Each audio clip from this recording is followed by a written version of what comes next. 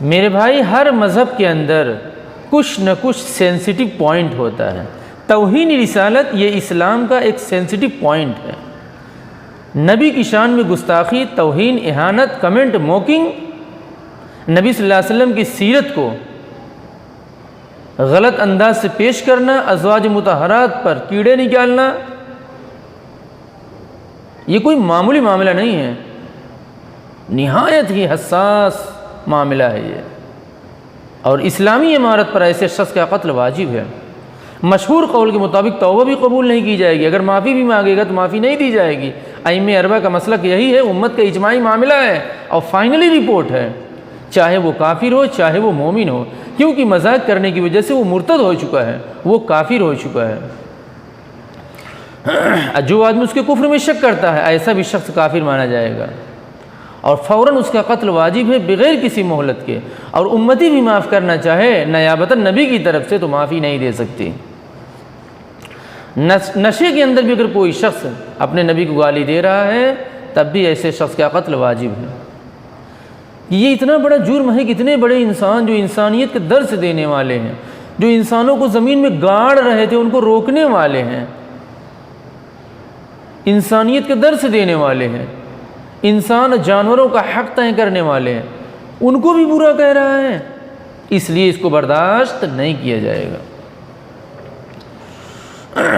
اگر اتنی بڑی پرسنالٹی پر، شخصیت پر کوئی ٹپڑی کرے گا تو کیسے برداشت کیا جائے گا؟ توہین رسالت کو، اہانت رسول کو تہذیب اور شرافت سے میرے بھائی اس کو برداشت نہیں کیا جائے گا۔ اس کا مطلب کیا ہوتا ہے کہ اس بندے کے اندر ایمان نہیں، تبھی تو برداشت کیا، ایمان سے محروم ہو چکا ہے، ایمان اس سے چھن چکا ہے، اس کا یہ مطلب ہوتا ہے، اس نے اپنے ایمان سے ہاتھ دھو لیا ہے، اس کا یہ مطلب ہوتا ہے، تبھی تو برداشت کر لیا۔ انما كنا نخوض ونلعب قل اب اللہ وآیاتہ ورسولہ کنتم تستہزئون لا تعتذروا قد کفرتم بعد ایمانکم۔ ایمان لانے کے بعد اگر کوئی اس طرح کی حرکت کر رہا ہے تو قطعاً اب ایسے شخص کو جینے کا حق نہیں ہے، معافی نہیں دی جائے گی۔ ان الذين يؤذون الله ورسوله لعنهم الله في الدنيا والآخرة واعد لهم عذابا مهينا۔ جو اللہ کو، پیغمبروں کو تکلیف پہنچا رہے ہیں، دنیا اور آخرت میں ان کی خیر نہیں، گنجائش ہی نہیں ان کے لیے۔ مذہب احناف کے مطابق ایسے شخص کو حداً قتل کیا جائے گا حدود اللہ کے تحت، اور حدود اللہ کا مطلب یہ ہوتا ہے اللہ نے جو ایک دم فائنل کر دیا ہے کہ کسی جرم کی فلاں سزا ہوگی۔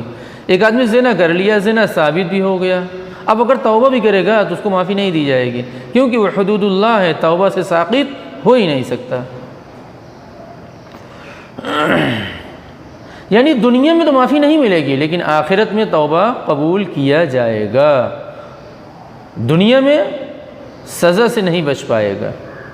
شان الوہیت میں جو تنقیص ہے اللہ کی شان میں، اگر کوئی بندہ توبہ کر رہا ہے تو اس کو توبہ کا موقع دیا جائے گا، توبہ قبول بھی کیا جائے گا، کیونکہ یہ حق اللہ ہے۔ توہین رسالت یہ حق العبد ہے، بندے کا حق ہے، اس لیے یہاں معافی نہیں ہے، سزا مل کے رہے گی، توبہ سے، معافی مانگنے سے معاف نہیں ہو سکتا۔ بعض علماء کہتے ہیں اگر گرفتاری سے پہلے اس نے توبہ کر لی تو معاف، لیکن گرفتاری کے بعد کسی بھی حال میں اب اس کو معافی نہیں ملے گی، قبل الاخذ بعد الاخذ کا معاملہ ہے۔ یعنی اگر گرفتاری سے پہلے توبہ کر لیا تو اس سے سزا ہٹ جائے گی، لیکن گرفتار ہونے کے بعد پھر سزا اس کو مل کے رہے گی چاہے وہ جتنی ہی توبہ کرے گا۔ احناف کے نزدیک میرے بھائی مرتد کو توبہ کا موقع دیا جاتا ہے اتمام حجت کے لیے، اپنا کام پورا کرنے کے لیے، لیکن پھر بھی تعزیراً اس کو قید کیا جائے گا، قید کیا جائے گا۔ عام مرتد اور شاتم رسول اللہ کو تکلیف دینے والے میں یہ دونوں جرم فرق ہیں۔ ایک آدمی اسلام کا مذاق اڑا رہا ہے، ایک آدمی نبی کو گالی دے رہا ہے، کیوں؟ نبی کو گالی کی صورت میں اس کے یہاں اس جگہ پر ایک پرسنالٹی، ایک شخصیت ہے جس کی وجہ سے یہ جرم اور بڑا سمجھا جاتا ہے۔ تو اسلام کا مذاق اڑانا اور رسول اللہ کا مذاق اڑانا، ان دونوں میں فرق ہے۔ شاتم رسول میں اور دین کے کسی اور چیز کو مذاق بنانے میں دونوں میں فرق ہے، دونوں کے مجرم الگ الگ مانے گئے ہیں۔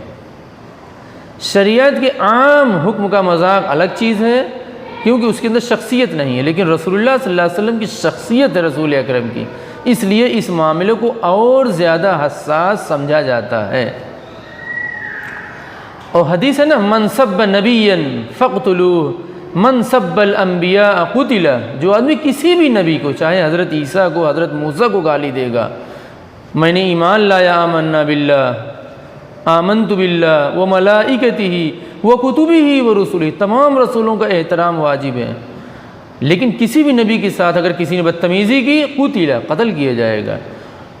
اور تیسری حدیث کے اندر ہے، ومن سب اصحابی جلد، جو میرے صحابہ کو برا بھلا کہے گا، گالی دے گا، ٹپڑی کرے گا، ایسے شخص کو کوڑا لگایا جائے گا، اسلامی کوڑا، کانپوری کوڑا، لیدر کا کوڑا لگایا جائے گا۔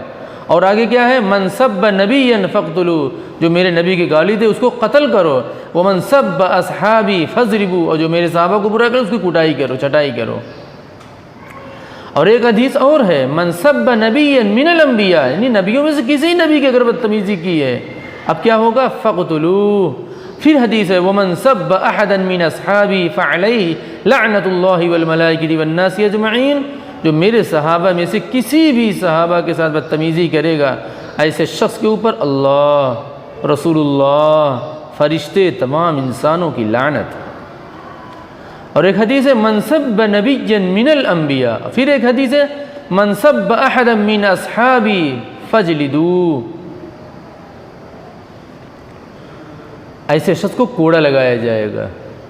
یہ حدیث ہے، اگرچہ میرے بھائی ضعیف ہے، لیکن اجماع کی وجہ سے یہ قوی ہے، اب موضوع نہیں ہے، اور اس کو تلقی بالقبول حاصل ہے۔ ہر زمانے میں نسل در نسل علماء محدثین نے اس حدیث کو قبول کیا ہے۔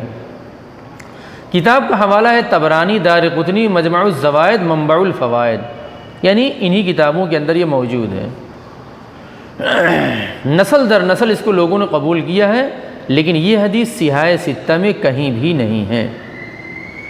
لیکن خود سے قتل نہیں کیا جائے گا، یہ ہے کام کی بات۔ خود جج نہیں بننا ہے، خود کورٹ نہیں چلانا ہے، بلکہ کورٹ میں جوڈیشری کے تحت وکیلوں دوارا یہ میٹر پیش ہوگا، ورنہ مزید فتنہ میرے بھائی پھیلے گا اس سے۔